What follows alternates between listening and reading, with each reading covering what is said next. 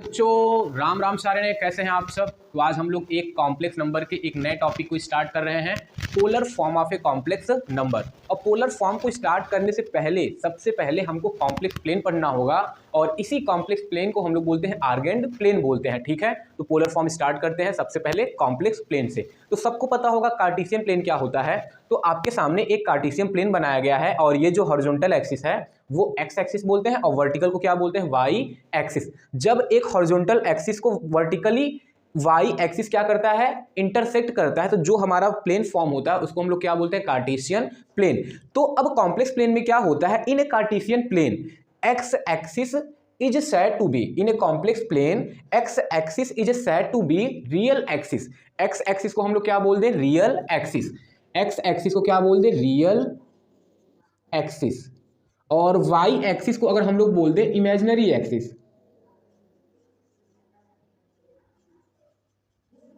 Imaginary axis. ये x axis को positive x axis को positive real axis, negative x axis को negative real axis, और y axis को पॉजिटिव है तो इमेजिनरी एक्सिस, और निगेटिव वाले को निगेटिव इमेजिनरी बोल सकते हैं। लेकिन पूरा अगर x है तो पूरा हमारा क्या है, रियल एक्सिस। तो किसी भी कार्टेशियन प्लेन में अगर x एक्सिस को रियल एक्सिस कंसीडर किया जाए, y एक्सिस को इमेजिनरी एक्सिस कंसीडर किया जाए, तो जो हमारा प्लेन बनता है वो हमारा होता है कॉम्प्लेक्स प्लेन, जैसे कार्टेशियन प्लेन। और उसी तरीके से x को रियल से डिनोट करेंगे, y को इमेजिनरी से, तो वो हमारा क्या हो जाएगा, कॉम्प्लेक्स प्लेन। तो जैसे कोई हमारे पास complex number z equal to क्या है, x प्लस आई वाई, इसको हमको दिखाना है प्लेन में, तो वो कहाँ पे होगा, देखिए x है पॉजिटिव और इमेजिनरी पार्ट भी क्या है, पॉजिटिव। x है real part positive, imaginary part भी क्या है, पॉजिटिव। तो x एक्सिस पे रियल पार्ट होते हैं और y एक्सिस पे क्या होते हैं, इमेजिनरी पार्ट। तो इसका कोऑर्डिनेट क्या होगा, रियल पार्ट भी आपका पॉजिटिव, तो रियल पार्ट इस पे होगा पॉजिटिव, इमेजिनरी पार्ट y है तो y कहाँ होगा, पॉजिटिव। तो इसका कहीं कोऑर्डिनेट इस तरीके से आएगा, और ये हो जाएगा z equal to x plus I Y. अगर इसको ऑर्डर पेयर में लिखा जाए तो ये हो जाएगा x कॉमा वाई। ठीक है, चलिए अगर आपके पास एक complex number z equal to -2 + 3i है, इसको हमको क्या करना है, कॉम्प्लेक्स प्लेन में प्लॉट करना है, डिफाइन करना है। तो देखिए -2 क्या है, रियल पार्ट, और रियल पार्ट माइनस में, तो यहाँ पे आ जाएगा माइनस, तो ये है आपका -2, और इमेजिनरी पार्ट क्या है, प्लस में। तो ऊपर की तरफ -2 यहाँ पे, और ये 3 जो होगा यहाँ पे हो जाएगा, तो ये आपका हो जाएगा -2, 3 लिखें, या फिर z इक्वल टू -2 प्लस क्या हो जाएगा, 3i हो जाएगा। समझ में आया। अगर आपके पास z इक्वल टू 0 - 3i है, z इक्वल टू क्या है, 0 - 3i, तो रियल पार्ट क्या होगा, 0। रियल पार्ट 0 कहाँ पे होता है, इमेजिनरी एक्सिस पे, तो ये जो बनेगा इमेजिनरी एक्सिस पे, लेकिन इमेजिनरी पार्ट कितना है, -3, तो -3 नीचे की तरफ, तो ये हो जाएगा इसका पॉइंट, ये हो जाएगा 0, -3, या फिर z इक्वल टू 0 माइनस क्या हो जाएगा, 3i हो जाएगा। तो इस तरीके से आपको प्लॉट करना है। ठीक है, अब हम लोग पढ़ते हैं polar form.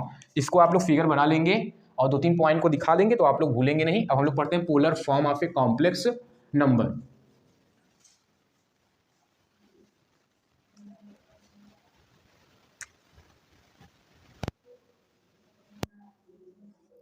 Polar form of complex number. किसी भी कॉम्प्लेक्स नंबर का पोलर फॉर्म क्या होता है, हम लोग उसको समझते हैं। देखिए पोलर फॉर्म क्या होता है, कार्टेशियन फॉर्म तो आप लोग जानते हैं, जब आपका वेरिएबल एक्स वाई में लिया जाए। पोलर फॉर्म क्या होता है, जब आपका कोई इक्वेशन आर और थीटा के फॉर्म में लिखा जाए, आर मैग्नीट्यूड, थीटा एंगल के फॉर्म में लिखा जाए, तो वो हमारा क्या होता है, पोलर फॉर्म होता है। तो चलिए इसी फिगर में हम लोग पोलर फॉर्म को समझते हैं।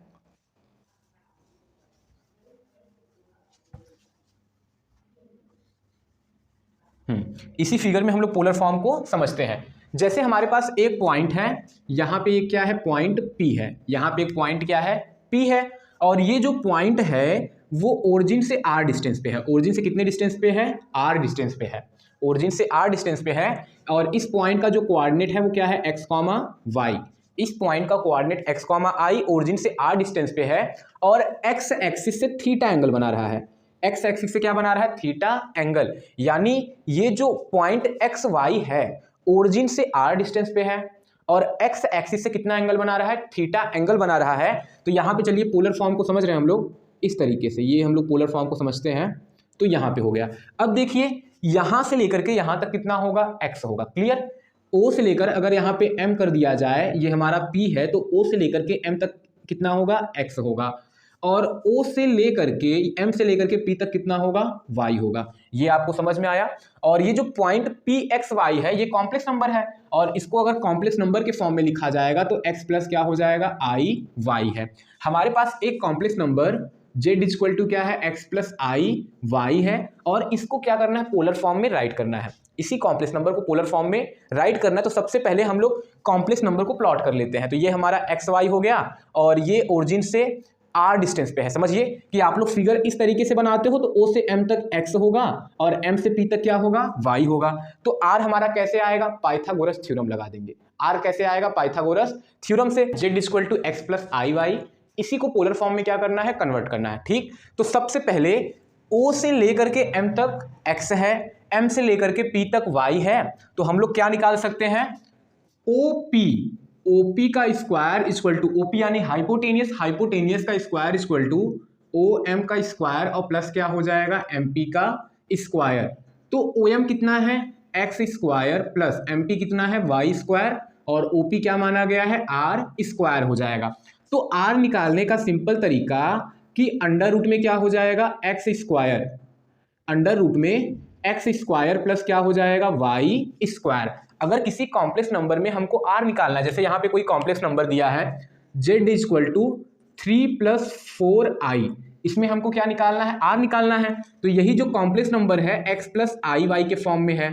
समझ में आया। अच्छा देखिए, इसको हम लोग और क्या लिख सकते हैं, एक्स को लिख सकते हैं, एक्स हमारा रियल पार्ट है तो इसको लिख सकते हैं आर ई, रियल पार्ट का स्क्वायर, प्लस वाई है इमेजिनरी पार्ट, तो ये इमेजिनरी पार्ट का क्या हो जाएगा, स्क्वायर, और यही हमारा क्या हो जाएगा, आर हो जाएगा। ठीक है।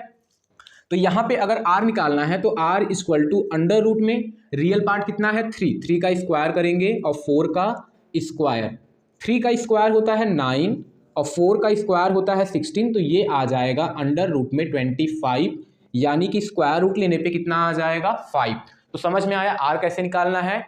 R equal to under root में रियल पार्ट का स्क्वायर प्लस क्या हो जाएगा, इमेजिनरी पार्ट का स्क्वायर। अच्छा, आपको एक बात और याद होगा कि हम लोग मॉडुलस कैसे निकालते थे, मॉड जेड इक्वल टू क्या होता था, अंडर रूट में एक्स स्क्वायर प्लस क्या होता है, वाई स्क्वायर। अंडर रूट में X square plus Y square, और यहाँ पे यही जो आर है यही हमारा क्या है, मॉड जेड। तो आर इक्वल टू हम लोग लिख सकते हैं मॉड जेड। तो इसको आपको ये भी ध्यान रखना है कि आर इक्वल टू क्या होता है, मॉड जेड होता है। तो इसको आप लोग नोट करके राइट कर लेना। ठीक है। देखिए, mod Z equal to under root में X square plus Y square, तो आर इक्वल टू मॉड क्या हो जाएगा, जेड हो जाएगा। क्लियर, कोई प्रॉब्लम नहीं होगा, सबको समझ में आ गया। अब हम लोग आर तो निकालना आ गया, अब थीटा निकालना सीखते हैं, थीटा कैसे निकलेगा। ठीक है। अब देखिए थीटा कैसे निकालते हैं। अगर इस ट्रायंगल में आपको x पता है, y पता है, ट्रायंगल में आपको क्या पता है, x पता है और क्या पता है, y पता है, तो किसी ट्रायंगल में, राइट एंगल ट्रायंगल में अगर परपेंडिकुलर पता है, बेस पता है, तो क्या होता है, tan थीटा। तो ये आ जाएगा tan theta equal to y upon में x, परपेंडिकुलर अपॉन में बेस। तो यही देखिए tan थीटा, जो tan थीटा होगा इस क्वाड्रेंट में तो हमेशा प्लस होगा, इस क्वाड्रेंट में हमेशा प्लस होगा, और इन सब में माइनस हो सकता है, इसमें भी प्लस हो सकता है क्योंकि दोनों माइनस, इसमें माइनस हो सकता है। तो यहाँ पे सब क्वाड्रेंट को अप्लाई करने के लिए हम लोग क्या लगा देते हैं, मॉड वाई अपॉन में एक्स, क्या लगा देते हैं, मॉड वाई अपॉन में एक्स कर देते हैं। तो थीटा इक्वल टू क्या हो जाएगा, tan इनवर्स, और ये हो जाएगा वाई अपॉन में एक्स हो जाएगा। तो आपके सामने एक फॉर्मूला और आ गया, theta equal to tan inverse Y upon में X, theta equal to tan inverse mod Y upon में एक्स। अब मॉड किस लिए लिया गया है आपको समझना है ना, मॉड किस लिए लिया गया है वो आपको समझना है। अगर हम लोग मॉड न लेते तब क्या होता, अगर हम लोग मॉड न लेते तब क्या होता। चलिए, मॉड अगर न लेते तो हमारा रिजल्ट क्या आता, theta equal to tan inverse y upon में x, ये मॉड नहीं ब्रैकेट है। ठीक है, ये हमारा आ जाता। अगर मानो आप कि एक पॉइंट है जिसका कोऑर्डिनेट है, ये है -2, है, -2, क्या है, 2 है, यानी ये जो कॉम्प्लेक्स नंबर है z इक्वल टू क्या है, -2 प्लस क्या है, 2i है। अब इस कॉम्प्लेक्स नंबर के लिए हमको थीटा निकालना है, तो थीटा निकालते हैं भाई। तो थीटा इक्वल टू क्या आ जाएगा, tan इनवर्स, ठीक। y कितना है, ये मॉड नहीं ब्रैकेट लगाते हैं, तो 2 अपॉन में क्या हो जाएगा -2 और ये कटेगा तो theta equal to tan inverse -1 आ जाएगा। थीटा इक्वल टू क्या आ जाएगा, tan इनवर्स -1। अब बताओ tan की वैल्यू कहाँ कहाँ पे निगेटिव होता है, सेकेंड क्वाड्रेंट में निगेटिव और थर्ड में तो पॉजिटिव होता है, लेकिन फोर्थ में भी क्या होता है, निगेटिव। तो आप लोग को डिसाइड होगा कि ना tan इनवर्स -1 आया तो हम लोग एंगल क्या लें।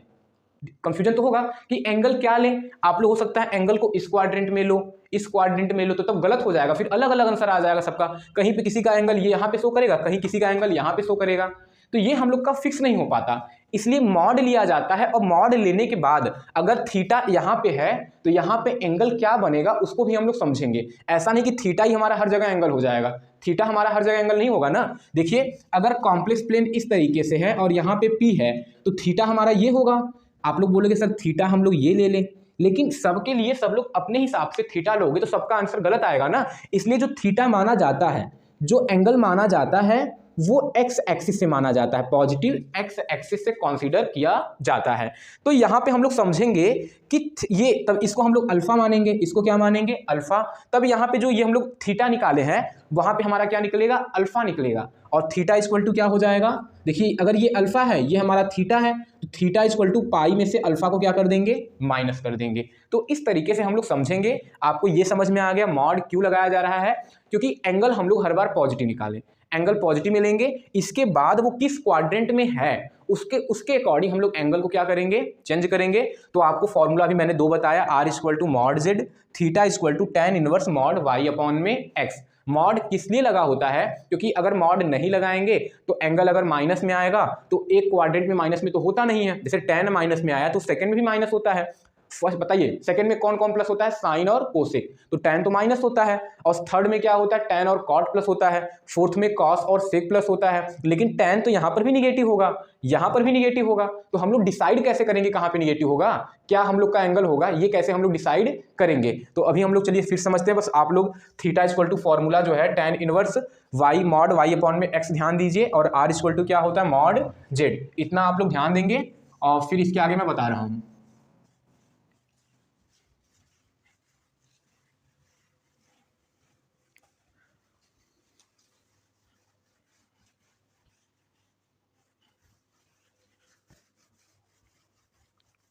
सब लोगों ने नोट कर लिया फॉर्मूला, और फिगर आप लोग जरूर बनाया करें, फिगर आप लोग जरूर बनाया करें, क्योंकि फिगर आप लोग एक बार बना लोगे ना फिर समझने में आसानी होती है। देखिए जैसे हमारे पास एक कॉम्प्लेक्स प्लेन है, ये हमारा क्या है, कॉम्प्लेक्स प्लेन है, और ये हमारा है रियल एक्सिस, रियल एक्सिस, और इसको बोल रहे हैं इमेजिनरी एक्सिस। समझ में आया, ये क्लियर हो गया। अगर हमारा जो कॉम्प्लेक्स नंबर है वो पहले प्लेन में है, फर्स्ट क्वाड्रेंट में, किसमें है, फर्स्ट क्वाड्रेंट में है, फर्स्ट क्वाड्रेंट में है। समझ में आया। जो हमारा, ये चलिए थोड़ा कम लिखते हैं नहीं तो जगह हो जाएगा, तो ये इसको समझ लेते हैं फर्स्ट क्वाड्रेंट में है। ठीक, तो अगर फर्स्ट क्वाड्रेंट में है तो यही हमारा पी बनेगा और इस तरीके से बनेगा, और यही हमारा क्या हो जाएगा, थीटा। थीटा को हमेशा एक्स एक्सिस से लेते हैं। तो चलिए मान लीजिए थीटा इक्वल टू, इसको हम लोग क्या ले लिए, अल्फा ले लिए। थीटा इक्वल टू क्या ले लिए हम लोग, अल्फा ले लिए। क्लियर, ये सही है। अब आते हैं सेकंड में, सेकंड फिगर में, यानी जब हमारा कॉम्प्लेक्स नंबर, यहाँ पे कॉम्प्लेक्स नंबर फर्स्ट क्वाड्रेंट में था। अब ऐसा फिगर लेते हैं जिसमें कॉम्प्लेक्स नंबर किस में हो, सेकंड क्वाड्रेंट में हो। तो कॉम्प्लेक्स नंबर अगर सेकंड क्वाड्रेंट में होगा तो फिगर आपका इस तरीके से बनेगा, यहाँ पे -x कॉमा क्या हो जाएगा, y, और इस तरीके से फिगर आपका बनेगा, इस तरीके से आपका क्या बनेगा, फिगर। और ये हमारा क्या होगा, थीटा, ये हमारा क्या हो जाएगा, थीटा हो जाएगा। तो आप लोग को इस निगेटिव एक्स एक्सिस से एंगल निकालना होगा कि ये जो पॉइंट है, पॉइंट का एंगल क्या है, और इस एंगल को हम लोग मानते हैं अल्फा। इस एंगल को क्या मानते हैं, अल्फा। तो बताइए थीटा अल्फा में रिलेशन क्या होगा, थीटा इक्वल टू लिख सकते हैं पाई में से अल्फा को सब्ट्रैक्ट कर दे, थीटा इक्वल टू क्या हो जाएगा, पाई माइनस अल्फा हो जाएगा। क्लियर। अब फिर थर्ड फिगर लेते हैं। ठीक, जब हमारा कोऑर्डिनेट, जब हमारा पॉइंट जो है थर्ड क्वाड्रेंट में होगा तो इस तरीके से फिगर बनेगा, और एक्स एक्सिस के साथ क्या एंगल बनाएगा, अल्फा, और ये पूरा कितना होगा, थीटा होगा।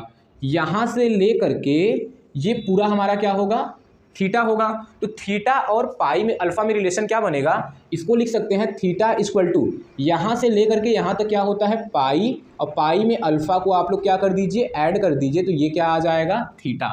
Theta equal to pi plus क्या आ जाएगा, अल्फा आ जाएगा। क्लियर है। तो इस तरीके से थीटा इक्वल टू यहाँ पे अल्फा, यानी थीटा ही हमारा क्या होगा अल्फा, या फिर अल्फा ही हमारा क्या होगा थीटा। तो मेन आप लोग जो फॉर्मूला लिखते हो theta equal to tan inverse mod y upon में x, तो इसको आप लोग थीटा ना लिख के आप लोग क्या लिखो अब alpha. Alpha equal to tan inverse y upon में x लिखोगे।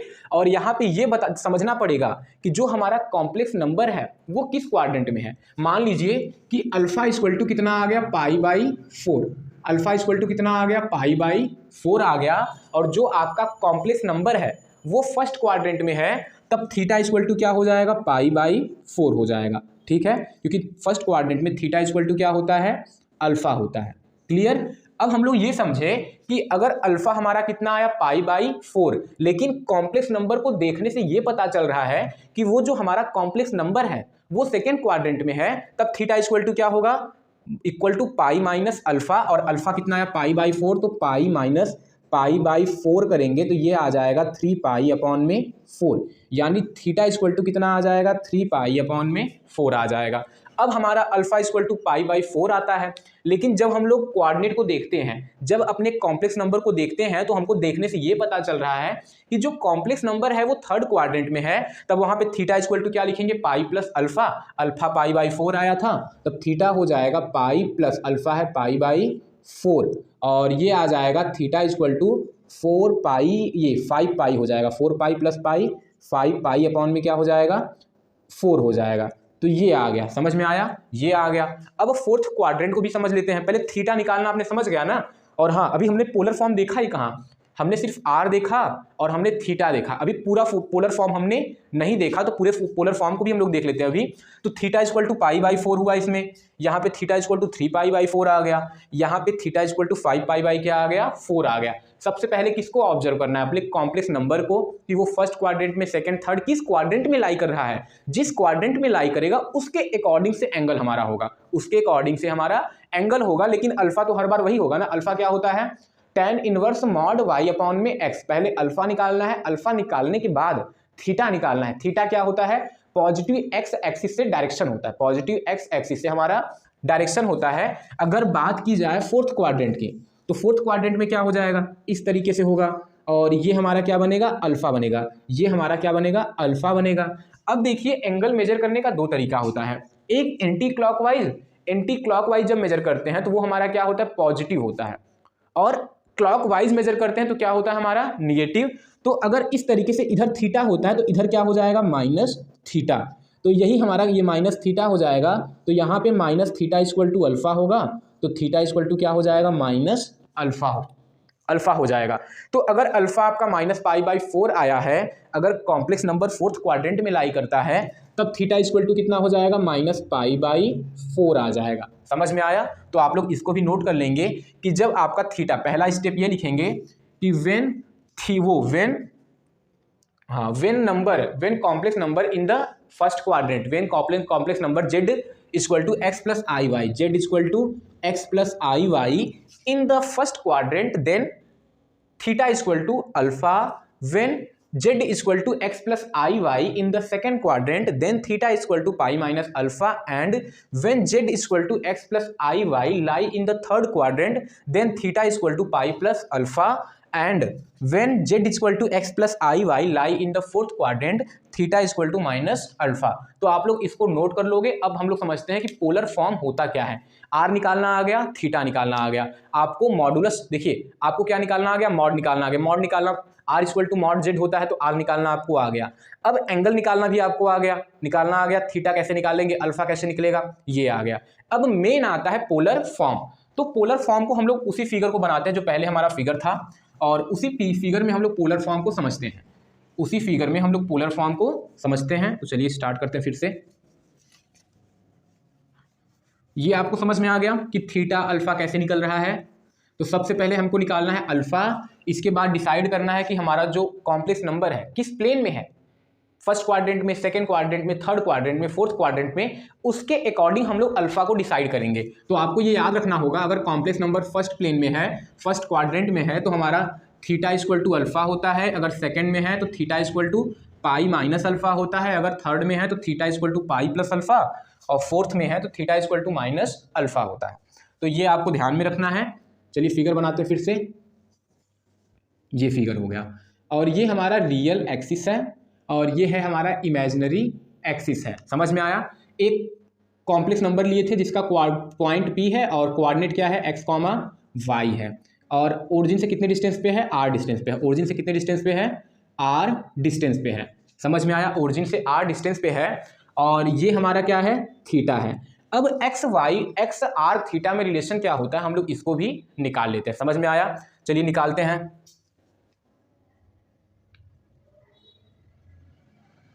इस तरीके से हम लोग निकालते हैं। तो देखिए, अगर पोलर फॉर्म की बात की जाए तो यहाँ पे जैसे कॉम्प्लेक्स नंबर एक्स वाई लिए हैं, तो उसको छोड़िए, आप लोग आर थीटा लीजिए। इसका जो कोऑर्डिनेट होगा पोलर फॉर्म में क्या हो जाएगा, आर थीटा। अब आर थीटा का देखिए कॉम्प्लेक्स नंबर क्या है हमारे पास, Z equal to x plus I Y. अब इसी को पोलर फॉर्म में क्या लिखेंगे समझ लेते हैं। समझते हैं कि एक्स की वैल्यू क्या होगी, वाई की वैल्यू क्या होगी। X equal to r theta के फॉर्म में क्या लिखेंगे, y equal to r theta के फॉर्म में क्या लिखेंगे। ठीक है, तो अब बताइए आप लोग कि ये क्या होगा कि अगर हम लोग साइन थीटा निकालें, क्या निकालें, साइन थीटा निकालें। साइन क्या निकालें, थीटा। और साइन थीटा जो हमारा ये ओ है, ये पी है, और ये क्या है, एम है। साइन थीटा का फॉर्मूला क्या होता है, परपेंडिकुलर अपॉन में हाइपोटेनियस। परपेंडिकुलर है पी एम, परपेंडिकुलर है पी एम है, और हाइपोटेनियस कितना है, आर है। तो पी एम इक्वल टू कितना हो जाएगा, r sine theta. P m equal to क्या हो जाएगा, आर साइन थीटा हो जाएगा। और पी से लेकर के एम तक वही हमारा क्या होगा, वाई होगा।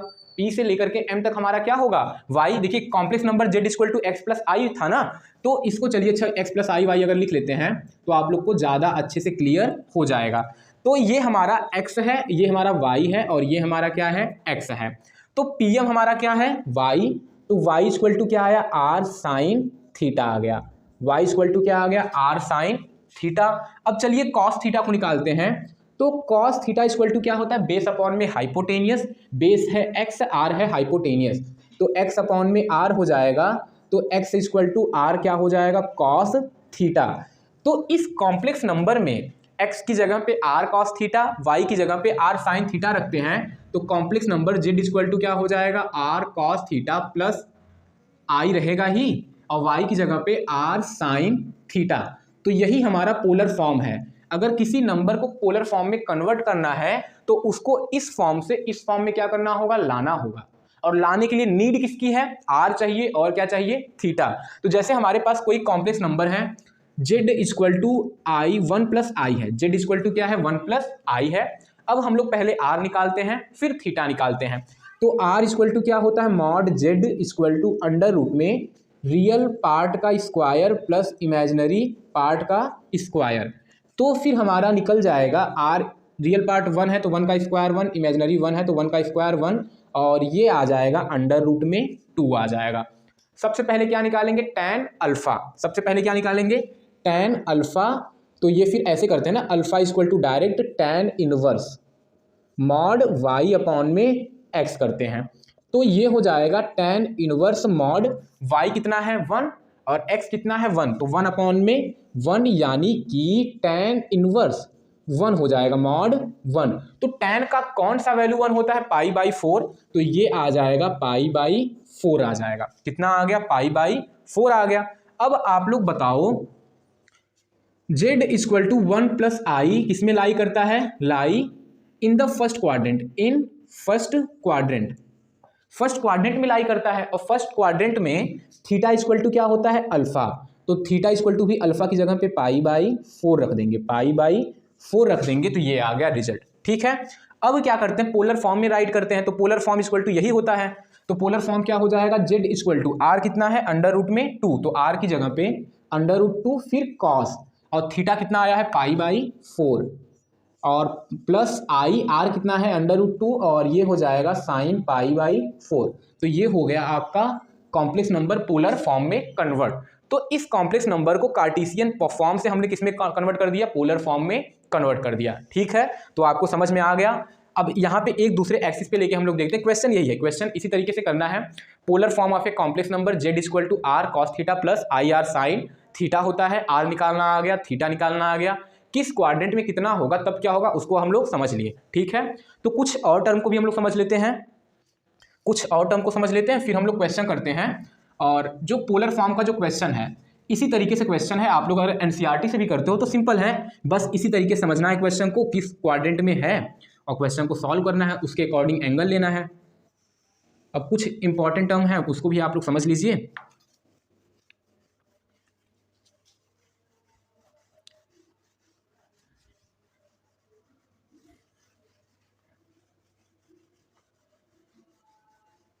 देखिए आपको तो ये समझ में आ गया कि अगर फर्स्ट क्वाड्रेंट में है तब थीटा क्या लेना है, सेकंड क्वाड्रेंट में है तब थीटा क्या लेना है, थर्ड क्वाड्रेंट में है तब थीटा क्या लेना है, फोर्थ क्वाड्रेंट में है तब क्या लेना है। लेकिन आपको ये समझ में आया कि जब हमारा एक्स एक्सिस पे आ जाए तब थीटा क्या लेना है, वाई एक्सिस पे आ जाए तब थीटा क्या लेना है। जैसे क्या होता है, हमारे पास एक कॉम्प्लेक्स नंबर है z इक्वल टू -1 + 0 i।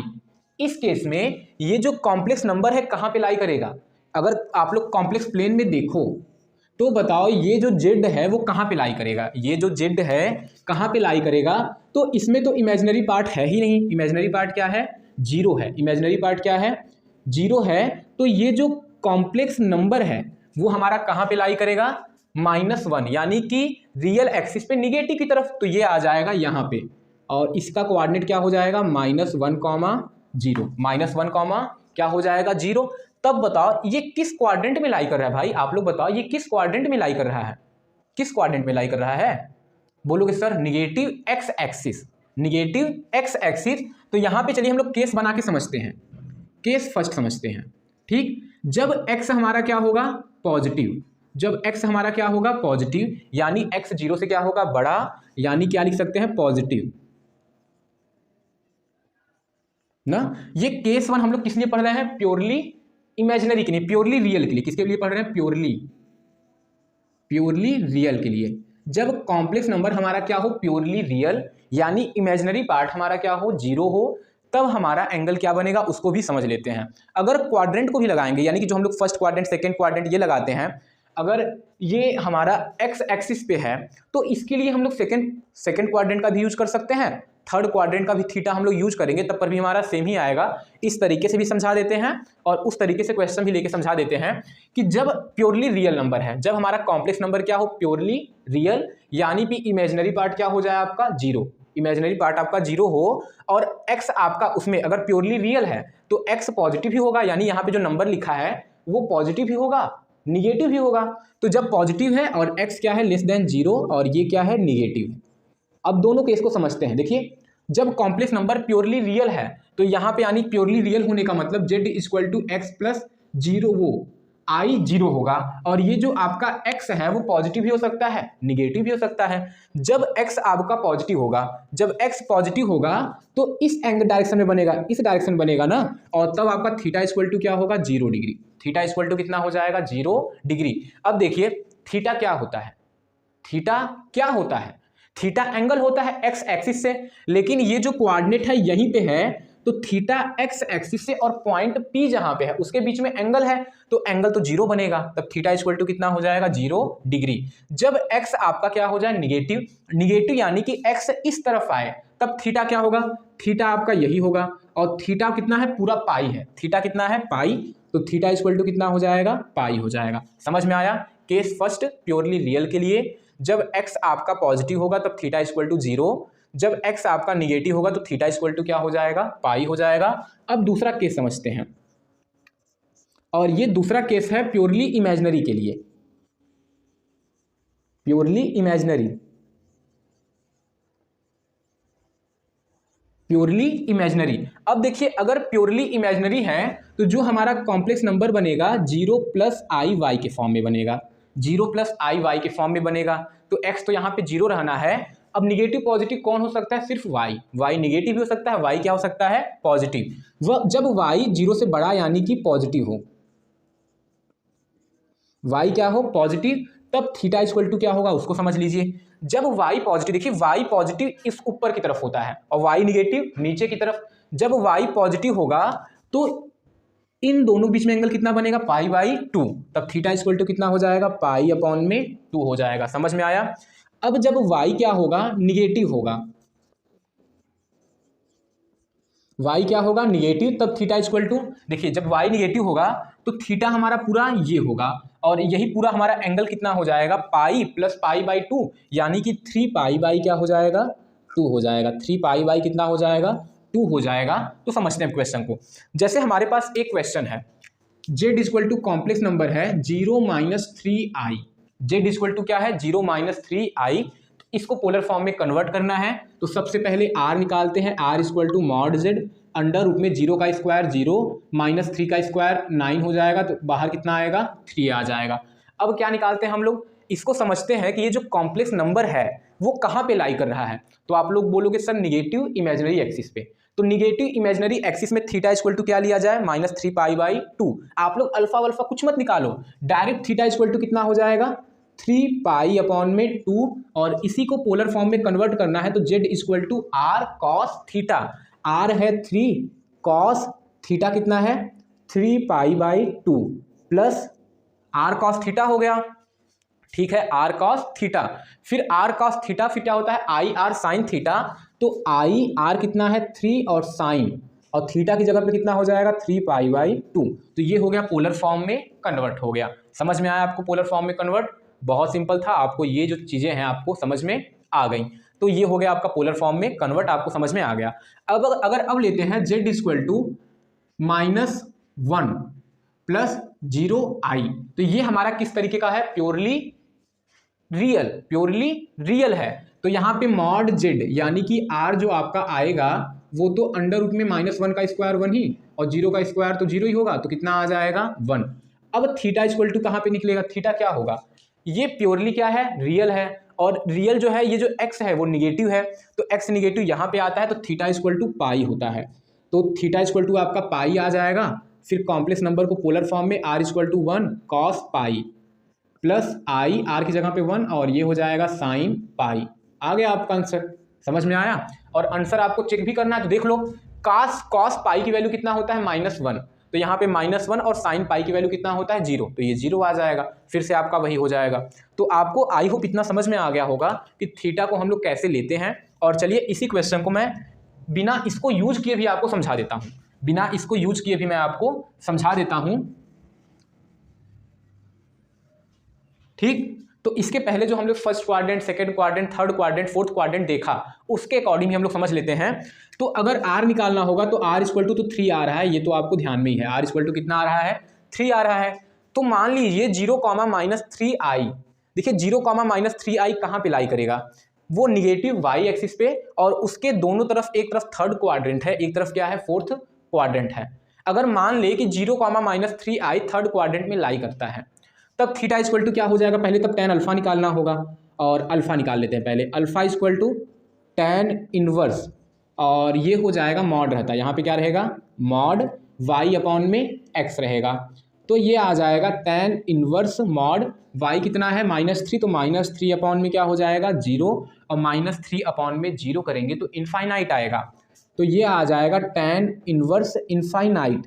और tan की कौन सी वैल्यू इनफाइनाइट होता है, π/2, क्या होता है, π/2 होता है। ये आपको क्लियर हो गया।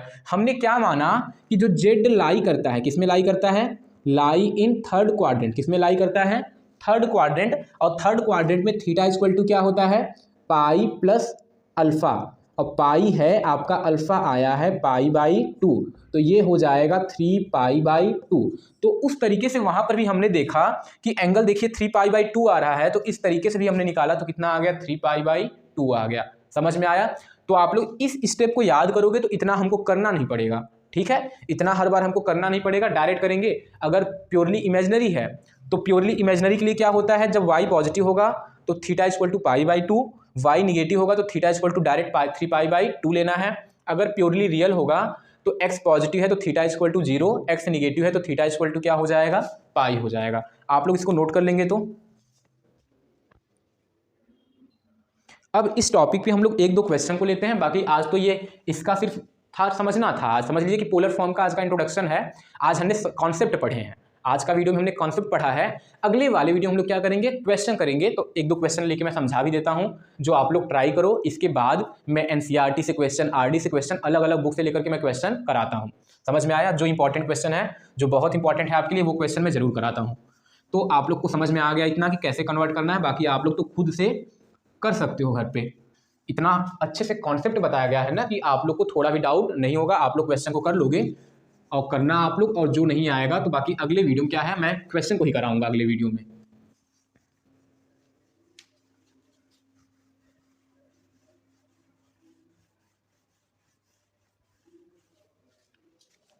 जैसे आपके सामने एक क्वेश्चन है, z equal to √3 plus I, z equal to √3 plus I है ना। अब चलिए, अच्छा हर बार प्लस ले रहे हैं तो ये तो फर्स्ट क्वाड्रेंट का हो गया। चलिए कुछ और ले लेते हैं, तो चलिए z माइनस आई कर लेते हैं, z माइनस आई कर लेते हैं, और इसको पोलर फॉर्म में कन्वर्ट करना है। तो पोलर फॉर्म में कन्वर्ट करने से पहले पहले r निकालना है। तो r इक्वल टू होता है मॉड z, और मॉड z होता है रियल पार्ट का स्क्वायर प्लस इमेजिनरी पार्ट का क्या हो जाएगा, स्क्वायर हो जाएगा। समझ में आया? रियल पार्ट का स्क्वायर प्लस इमेजिनरी पार्ट का स्क्वायर हो जाएगा। तब आपका r equal to real part का स्क्वायर प्लस इमेजिनरी पार्ट का स्क्वायर होता है। तो इक्वल टू अंडर रूट में रियल पार्ट कितना है, √3, √3 का स्क्वायर 3 होगा, प्लस इमेजिनरी पार्ट -1, और -1 का स्क्वायर 1 ही हो जाएगा। तो ये आ जाएगा अंडर रूट में 4, और ये कितना आ जाएगा, 2 हो जाएगा। समझ में आया? तो r इक्वल टू आपका आ गया 2। अब सबसे इंपॉर्टेंट चीज़ ये है, अल्फा निकालना है, फिर अल्फा के बाद थीटा को समझना है। ठीक, तो पहले सबसे पहले tan अल्फा, यानी alpha equal to tan inverse mod y upon में क्या होता है, x होता है। ठीक, तो tan इनवर्स y कितना है, y है आपका -1 अपॉन में 3 करेंगे, तो -1 अपॉन में 3 करेंगे √3, तो मॉड लगा है तो माइनस हट जाएगा, और ये हो जाएगा tan इनवर्स 1 अपॉन में √3 हो जाएगा। ठीक, और 1 अपॉन √3 tan का कौन सा फॉर्मूला, 30 डिग्री, और 30 डिग्री को लिख सकते हैं π/6, यानी अल्फा हमारा कितना आ गया, π/6। अब देखिए इस कॉम्प्लेक्स नंबर को देखिए तो किस क्वाड्रेंट में लाई करेगा, प्लस माइनस होता है फोर्थ क्वाड्रेंट में। किस में होता है, फोर्थ क्वाड्रेंट में होता है। तो हमारा theta equal to minus alpha होता है, तो थीटा इक्वल टू माइनस π/, कितना हो जाएगा, 6। तो थीटा इक्वल टू माइनस π/, क्या हो जाएगा, 6। इसको पोलर फॉर्म में कन्वर्ट करना है, तो पोलर फॉर्म में z equal to r cos theta plus i r sin theta होता है, यही होता है। अब r की जगह पे r तो हमारा 2 आया है, और थीटा कितना आया है, -π/6। तो ये 2 cos -π/6 प्लस i2 sin -π/6 हो जाएगा। समझ में आया आपको? π/6 और -π/6 आपको समझ में आ गया। अब क्या करते हैं कि इतना आप लोग आंसर छोड़ सकते हो, इतने पे आंसर छोड़ दो, या फिर cos -θ cos थीटा होता है, और sin -θ sin थीटा। बाकी मिलते हैं आपसे अगले